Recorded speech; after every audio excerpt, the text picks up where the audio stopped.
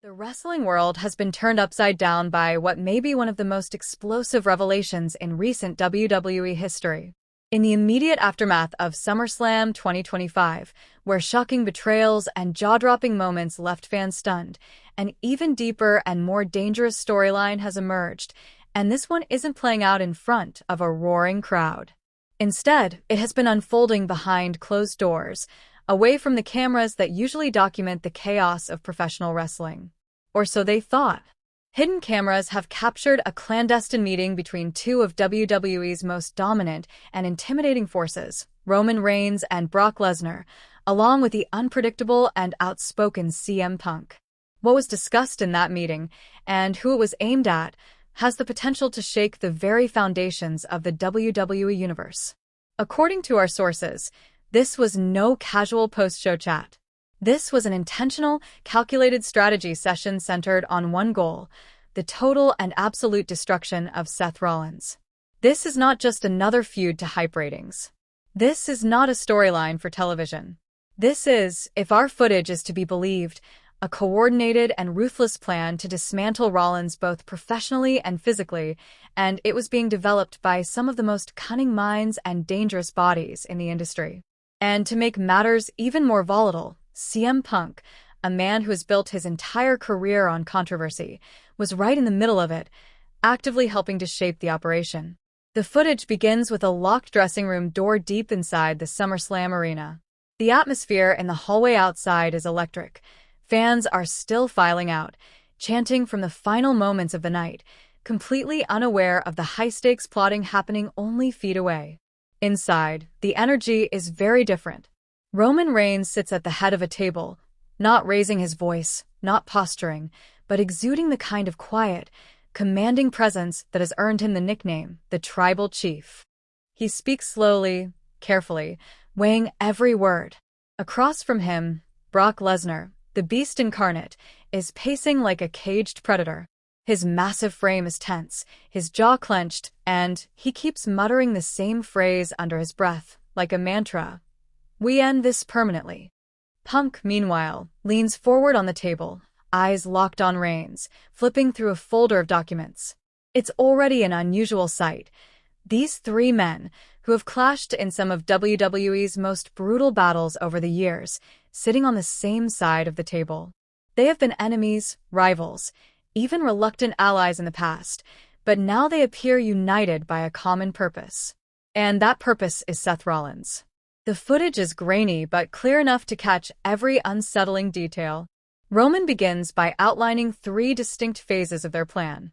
In the first, they would use secret channels of communication with Solo Sikoa's new faction, a dangerous and fast-rising alliance featuring Tama Tonga, Tongaloa, and Jeff Cobb. These men, Roman explains, have been keeping tabs on Paul Heyman, yes, that Paul Heyman, for weeks.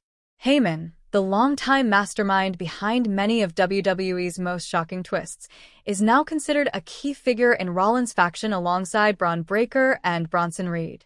Roman's strategy is simple in concept but brutal in execution. Cut the head off the snake. If Heyman is neutralized, Rollins' carefully built support system collapses. Punk nods at this, but his focus is on another target. He gestures toward Lesnar, who is now watching footage of Bronson Reed in previous matches. Lesnar pauses the video on a slow-motion shot of Reed taking a bad landing on his knee in an older bout. He growls low, almost to himself. 1F5 on that leg, and he's done. The implication is clear. If Lesnar can exploit that old injury, Reed will be out of action in minutes. Roman agrees without hesitation, then turns his attention to Braun Breaker. Breaker's next. "We break him." The phrase is delivered without theatrics, just flat certainty, which somehow makes it even more chilling. Punk then slides his folder across the table to Roman. The label on the front reads, "Rollins' Weaknesses, Confidential." Inside are documents that would make any wrestler shiver.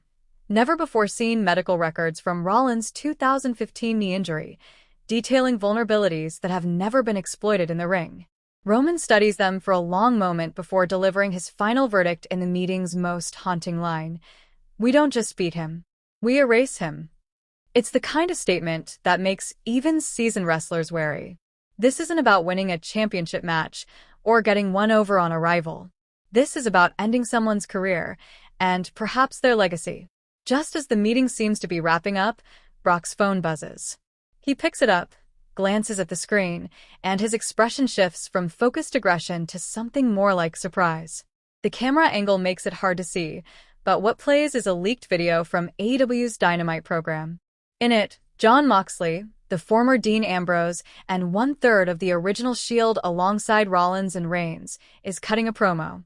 He's mocking WWE's newest formation, a group that some fans have been comparing to the old Shield. His words are sharp and dismissive. Roman, Brock, and Punk playing dress-up. That's not a brotherhood. That's three strays sharing a trash can. The effect on the room is immediate. Lesnar laughs once, a harsh, humorless sound. Punk's face twists into anger, his voice rising as he launches into a rant about Moxley's hypocrisy. But Roman? Roman simply smiles, that small, knowing smile that has become one of his trademarks. Perfect, he murmurs. Now we have his attention, too. The camera catches Brock sending a text, his massive fingers moving quickly over the screen. The contact name is partially blurred, but the last three letters visible are Amen. Wrestling fans with sharp eyes have already begun speculating that this could mean Paul Heyman is somehow in communication with Lesnar, and potentially playing both sides of this brewing war. If true, this would be one of the most shocking betrayals in recent WWE history, as Heyman has been closely aligned with Rollins in recent months. The questions keep piling up.